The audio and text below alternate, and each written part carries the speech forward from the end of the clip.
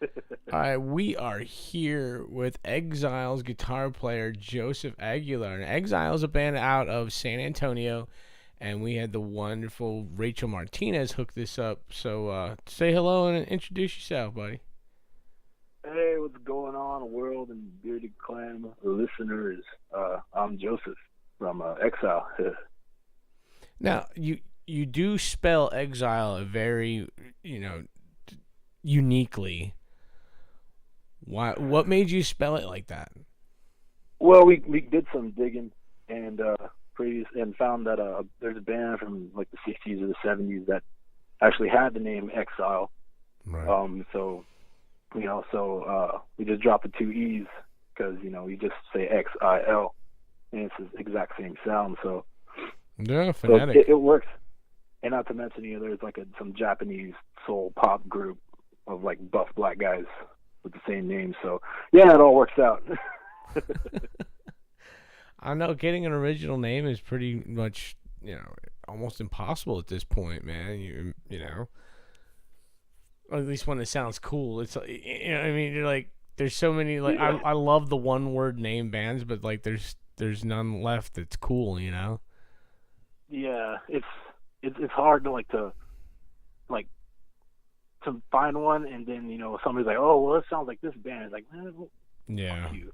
yeah. It's like, fuck you. That's the best way to put it. So I'm seeing your influences here is like Venom. You got some heavy hitters here, man. Like some Venom, Megadeth, Exodus, Metallica. Tell us about how these guys influenced you. Well, it's kind of weird in a sense. Our frontman Austin, our bassist and vocalist, he brought in a lot of punk, and me and our drummer kind of had a lot more to do with just the more heavier stuff. So he brought in a lot more different side, and he actually introduced me to bands like Venom and some more of the GBH and all that. And so a lot of that stuff came more later, the more what do you say, like not aggressive, but the more stuff that's kind of like you got to look for. But like all the stuff that's there, like Exodus, Metallica, Megadeth, Slayer, those were all for all of us were young. Yeah. We were all young and we listened to that, and that was kind of even people that aren't fans know those names. Yeah, exactly. Yeah, you see fucking posts around with that shit, so everybody knows the damn name. So you like the more obscure punk bands because that and that's awesome. I think because I have that same. Actually, my wife's punk rock show is playing on metalheadradio.com right now. Oh, that's badass, dude. Yeah, the Punk Rock Palace on Thursday nights. You should check it out. Metalheadradio.com. Yeah, we do it all, baby. You know what I mean? So, it's not just metal. Well, was it metal, hard rock, and punk? We do. So that's cool. That's cool, man. So there's not a lot of stuff down here that's like that. Yeah, punk is very, like, I wouldn't say frowned upon, but it doesn't get as recognized as metal does down here. As a lifelong punk fan, it's because punk didn't want it back in the day. When punk was at its height, it didn't want to be part of the mainstream. It didn't want. Yeah, it was its own breed. Yeah. So eventually, when you keep knocking on the door, and they don't answer, eventually they stop knocking on the door. So, yeah, exactly. So especially like the band NoFX, when everybody was into them and wanted to hear them, they didn't want to be on your radio. They didn't want to be. Well, so finally the media stopped paying attention to them, and then they wanted a platform to be anti-Bush, and no one would give them the time of the day because they gave nobody else the time of day. So it's a big like karma, what goes around comes around type deal, you know? Yeah. So give us a background on Exile and tell us like how you formed and Well, I mean, not to sound like stupid or cliche, but all of us came from the same school. Huh. It was me and Jordan, our drummer, we were in the same shop class. Oh wow! And he was just like, "Hey, I play drums," and I was like, "Hey, I play guitar. Let's do something. Let's jam out." And then the guy who was supposed to sing for us bailed like right before the first practice. Like, man, fucker. Before the first practice. Oh. Weird. Yeah, it was. Yeah, he was. Yeah, but so we called my buddy Quentin, and we're like, "Hey, you want to come jam with us?" And he was like, "Yeah, sure. Why not?" And we had a bass player, and he came to the first one, and then by the second one, which was like a week later, he'd been arrested for trying to steal a car that didn't have a fucking motor in it. So, oh my god. Yeah, so we were without a bassist. No, not for too long. And then Austin came along, and one of my friends actually showed me to Austin, and Austin kind of auditioned over the phone, and he came in, and we let him jam, and he was in. Oh, wow. Not only because he was a good bassist, but it was kind of he was the only bassist around. So yeah, but yeah, we all kind of originated from the same school, and so that's how we all really found each other. All kind of got together, and that's how the same stupidity is in the band. So yeah, hey, that what. Those kind of stories are way more believable. That sounds so much real than you get these fake, like, it was the will of the gods that they... Shut the fuck up. You should see some of these bios I get from these bands. It's like, really, it's like everybody wants to be a Viking, until it's time to do Viking shit. You know what I mean? Like, yeah, exactly. From the father of Odin. It's like, shut the fuck up. It's like, first of all, when did Vikings get English accents, you motherfuckers? You know what I'm saying? It's like, yeah, it's like, you know what? And you notice in Hollywood, all Romans have English accents too, right? I know. So I love when people pretend to be Vikings and they throw this English accent in there. It's like, dude, just stop watching TV. You should have to get a license to watch TV. Prove you're not, that you're smarter, that that this is not reality, and you don't have to go shoot shit up just because you saw it on TV. Yeah, exactly. All right. So what's coming up? What's XIL got going on now? Studio, gigging? What's going on? Right now, we're kind of at I would say like a stalemate, because we kind of stopped because our bassist, or Austin, he's trying to finish high school right now. Ooh. So, he's just trying to graduate, and in the process, we're writing more stuff, and we're looking for some studios. A couple friends have some home studios that they're like, yeah, come and do a couple tracks. It's like, shit, okay, we'll take it, because we made our own EP, at my house in my room. We're just being dipshits and fucking with it, and that was the EP, and it sounds, I mean, the music's there, it sounds gritty, everybody likes the quality of it, but it's like, it needs to be a little bit better, but as of right now, we're just planning more shows and just writing our asses off to try to get an album going soon. Well, that's excellent. So now, where do you get your? I mean, I saw what bands influence your music, but where does your influence for your writing come from?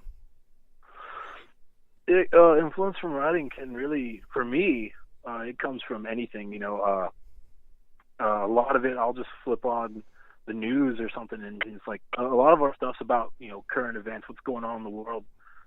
So people have some sense of what's going on in the lyrics, as well as the music's also heavy.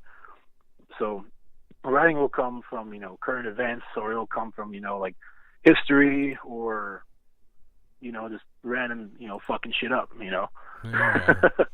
There you go, fucking shit up. That's what rock and roll is all about, man.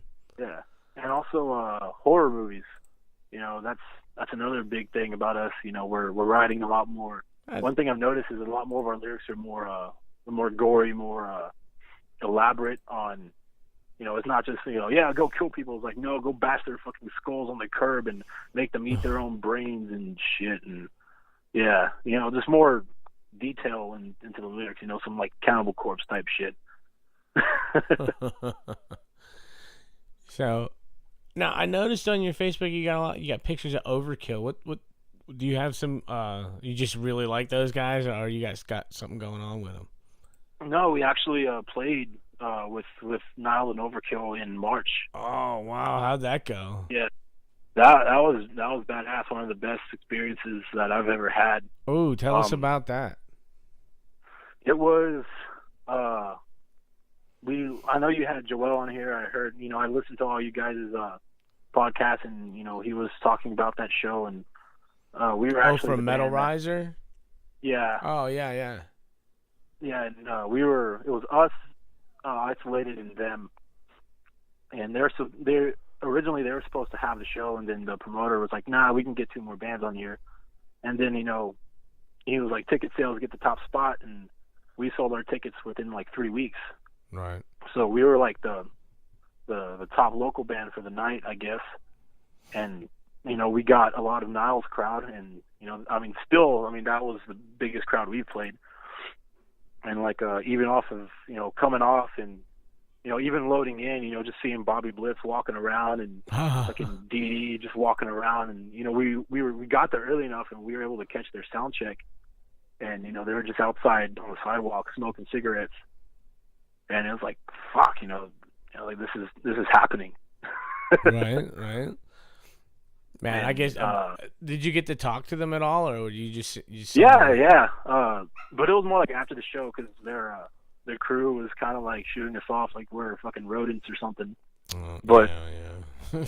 Yeah, so like after the show, the guys were like, oh yeah, like just go over there and they'll be out to the bus and they'll talk to you. It's no big deal. But all right, cool. So we took everything we had for them to sign. Even our fucking Quentin, our guitar player, our other one, he brought a stop sign for them to sign. And we were sitting there, and Dee walked past, but he went like straight onto the bus. He was talking with somebody, so I was like, damn it, we missed Dee.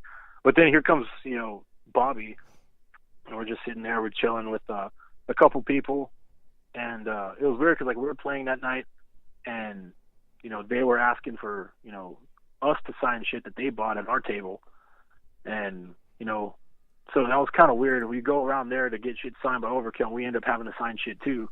Oh wow, that's always awesome. And then Bobby comes around, and we told him that we were the noise before they went on, and he just laughed, and we just kept he talked with everybody for like maybe 10 minutes, and then he went on the bus, and that was that. But it was really cool. We were able to stay after, and really we can actually say that we got to talk to Bobby Blitz and hang out with him after a show.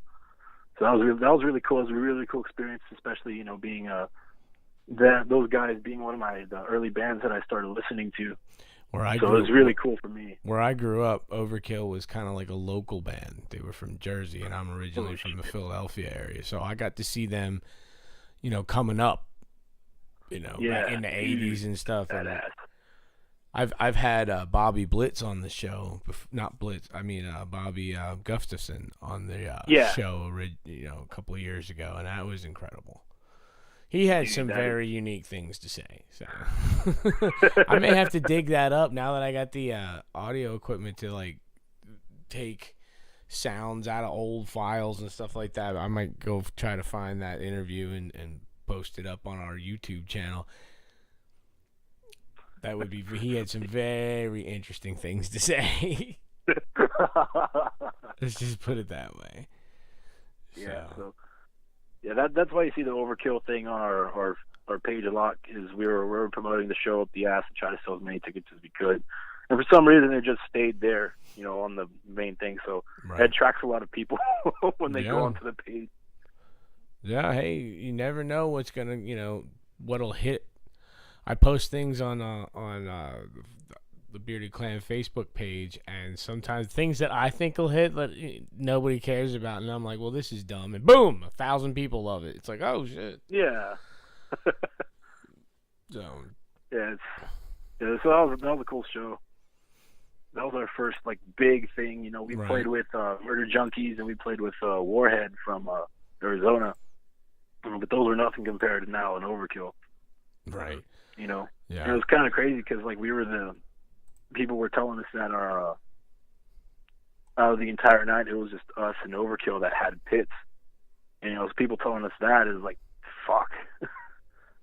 Not even Nile had anything. I watched Nile, from the merch table, and they were pretty cool. I mean, they were really cool. Were they as tight live as they are on the records? Oh yeah, dude. Those guys are tighter than a frog's ass. I'm telling you. Than a Catholic's vagina. Better than that. So. Oh man, yeah, they were really good. I got to talk to them, and it was kind of cool. Their tour manager was really into us, also. So that might lead somewhere. I don't know. Hopefully, it does. Well, if you got their contact info, it might. Oh yeah, we swapped information, but it's probably same with Bobby. We gave him our card, but it's probably rotting in ass sweat right now. He probably used it to chop up some lines or something, Probably. I wouldn't doubt it. So, but I don't know. I don't know what he does. I don't know what kind of party favors he has. So if he's listening, I'm not really. Yeah. Neither am I. So, let's see here. We got the Overkill thing. That was pretty cool. Nile, that was cool. Now that symbol. What symbol is that for you? The logo? Yeah, I don't see what it looks to me. Now, no offense, I'm not being a jerk or nothing. I'm saying it looks like the old Space Invader. God damn it. You know what I mean? It's like bloop bloop bloop bloop. It's coming to get me. No, we get a lot of comments on it. That in the name. It's just. Is it? It's not the name. That's just a symbol that represents you, right? Oh no, it's actually the actual letters. Oh, I see it now. Okay. All right, cool. I was like, damn, that's a badass little Space Invader, man. It was failure on our part to separate the letters. Yeah, I see it now. Yeah. Yeah. We have like thousands of shirts, stickers, buttons that have the wrong. They're not separated. We got the logo on our cases and all that, right. And it's like you can read it fine. And it's like on the sticker, and I'm looking at it now. It's like, fuck, you can't tell what the hell it is. So you guys participated in the Metallica, like, get to try to open for them. I mean, obviously you didn't win, but what was it like to compete for that? What was that? What was it like to compete for that? For that, that was really an honor to be even considered in something like that. Just 4 dipshits from a small San Antonio town or Texas town. It's like we were practicing in the garage 3 years ago, and to be nominated, or not nominated, but to be included in the running for that, amongst some other great bands was really cool, really humbling for us. Now, do you think it was run fair, or was it everything predetermined, already decided, and it was just a publicity stunt? I'm kind of 50-50 on that. I think Lars really just got lazy and just picked a band that had local in the name. So,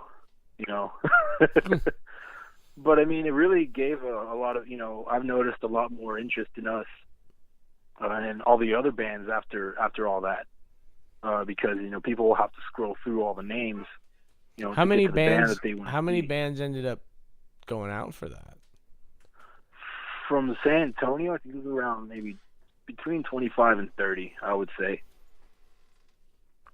So yeah, it wasn't like a lot, but it wasn't a little, And for us, it was great being on there. It was really cool being on there, and it made the deal even sweeter because people actually went on and voted for us. So there's that handful out there that thinks that we should be on that level with touring with the largest band in the world. So that was really cool, and everybody was excited. You know, even the little flyer we made, people were like freaking out. They're like, holy shit, you ever played with Metallica? Like, no. Yeah. You're like, yep, sure are. Absolutely. Come. Tickets are cheap. Here, buy these tickets now. They're freaking cheap. I've been at this game too long, man. It's like, I smell $1. Yeah. There's a point when, before Nashville turned into this big ridiculous city, back when it was in the late 90s, there was still some free parking lots, man. They were on the outskirts of downtown, so me and my buddy got all drunk and decided to go put on these like Lowe's aprons, you know, like the little like wire nut apron or whatever. Well, that's what everybody taking money in the parking lots had. So no one even questioned it. They walked up and handed us $5. We're like, thank you. Oh shit. So I was like, let's just hang out here and I'll see how many people give us money to park here, man. We ended up making like $300. It was fucking great. Fuck. Till we got chased out of there. Somebody was like, hey, you motherfuckers. And we're like, go, go, go, go.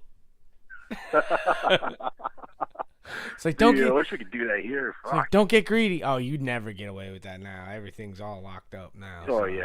Yeah. There was this bar downtown. I forget what the name of it, but they had this.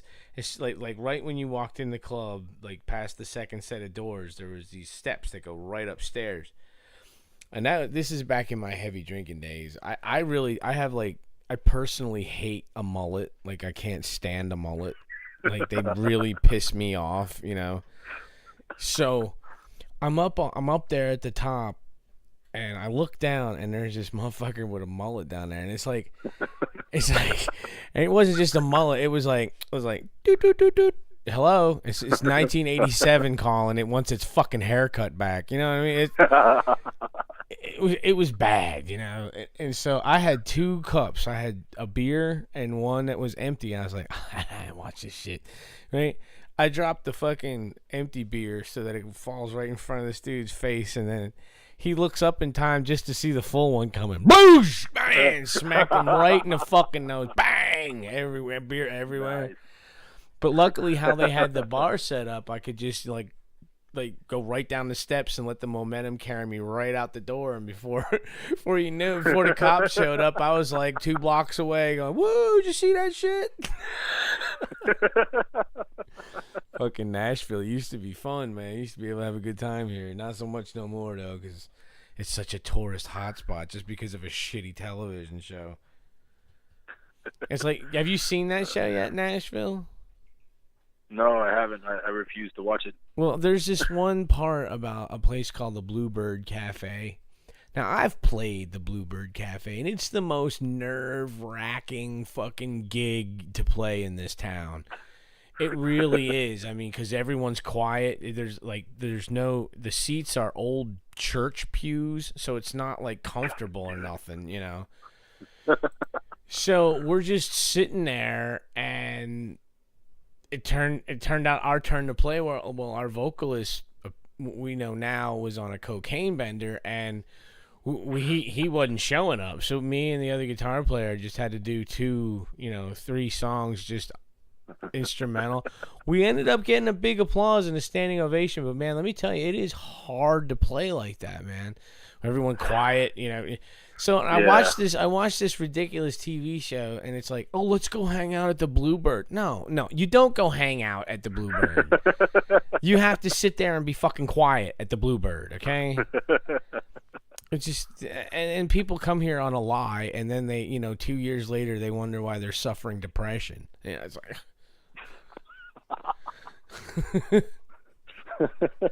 Right now we got this influx of people from LA, and I got this band offer, and I looked at their page, like one page they had online, and I was like, oh, look, there's a bunch of fucking rebel flags all over the thing. I'm like, oh. So I call him, I talked to the guy, and he's like, well, it's in LA, it didn't matter that much. I'm like, well, let me tell you something, dude. You're really not in LA no more. I said, you take that fucking rebel flag to Memphis, have you ever had your ass kicked, buddy? He's like, well, I didn't think it would be a big deal in the South. Really? You didn't think it'd be a big deal in the South? Really? Really? Fucking retard, man. And I'm trying to I might want to play in a band, but I'm like, man, this guy, I don't know, he might get me fucking put in jail or something, or get my ass kicked by a bunch of angry black dudes. Be like, what's with that flag? I'm like, oh shit. I'd be getting my ass kicked on, motherfucker, I done told you. So what are some of the obstacles out there in the San Antonio scene that that you have to overtake? Right now it's there's not a lot of support for local acts. You know, if you're a tribute band or a cover band, you know, you'll get, you know, people will love you. But I have an idea about those tribute bands. Like they just did a big 4 show here in town, and it was at a fucking huge ass theater. Yeah. And it's like, dude, like, why the fuck are tribute bands playing that? You know, I can name. No, I can tell you why. I can tell you exactly why. Oh yeah, yeah. Like there's so many bands that would, you know, us, you know, including us, that would kill to be playing a fucking theater. You know, and so instead of making these tribute bands your enemy, get with them. So for instance, you get a Judas Priest cover band. The next thing you know, hey, XIL and whatever, Fart in the Wind, whatever the Judas Priest cover band name is, you know, whatever, and then kick their monkey asses on stage. Because people are going to, I mean, if I'm a Judas Priest fan, and I'm a huge Judas Priest fan. Yeah. But I'm really not going to go see a cover band of them. But a lot of people would. So instead of fighting them, dude, open up for them. And be like, and then use the marketing like, oh man, it's XIL and Judas Priest. How can you go wrong? And then just blow them away. Yeah. Steal their fans and explain to the people. You know, the hardest thing I can think of to tell fans nowadays is, hey, it's okay to like more than one band. You can love the Judas Priest cover band, and you can love this band too. So I would when I get a band going again, that's what I'm gonna do. I'm gonna get with the tribute bands, be like, fuck yeah, dude. Because they get. You play like Metallica. Can you drink like them? Hell yeah.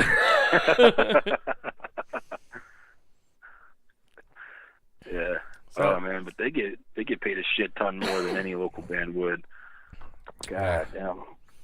Well, we're gonna have to wrap this up, and but before we do, go ahead and tell all our listeners exactly where they can find all things XIL. All right. Up right now. There's not a lot of stuff up on there. I don't know why, but we got our first demo up on YouTube. Just type in our name, capital X, capital I, capital L, and it'll pop up. You'll see the logo. And we also have Django, or all of our stuff on DjangoFreeRadio.com, and you can listen to the entire Massacre EP on Django Radio, and it's completely free. Can play it as many times as you want, and it also plays some killer. It'll mix it up with some killer stuff too. So yeah, that right now. That's where you can find all of our stuff, and not to mention you can come out to shows and buy the physical CD. Yeah, that's the best place to get it. Go get it from the band. You know, get all the merch directly from the band and go see them live, dude. That's the best thing you can do. Yeah, so, and now the last thing I gotta get from you is a little bumper saying, "Hey, this is Joseph Aguilar of XIL, and you're listening to the Bearded Clam Show on metalheadradio.com." All right. Whenever you're ready. Man. Whenever you're ready. All right. Hey, what's up? This is Joseph Aguilar from XIL, from down here in San Antonio, Texas, and you're listening to the Bearded Clam Show on metalheadradio.com. Fuck yeah, that's 2 one-shot, 1 kills tonight. Hell yeah. Well, hey, man, thanks for calling in. We're going to make sure you get that. Thanks for having me on, dude. Well, hell yeah. Make sure you get any MP3s to the lovely Rachel Martinez, and she will go ahead and make sure I get them. And I would be lost without her, dude. She does so much for me. But yeah, make sure you get all that information to her. And dude, when we hear your MP3s, we'll get them in the rotation. It was great talking to you, man. Sweet. You too, bro. All right, looking forward to talking to you again, buddy. But take care. Same. Peace. See ya. This is DJ Nova telling you to tune in to the Bearded Clam Show Friday nights at 8 on metalheadradio.com. Come jam out with your clam out.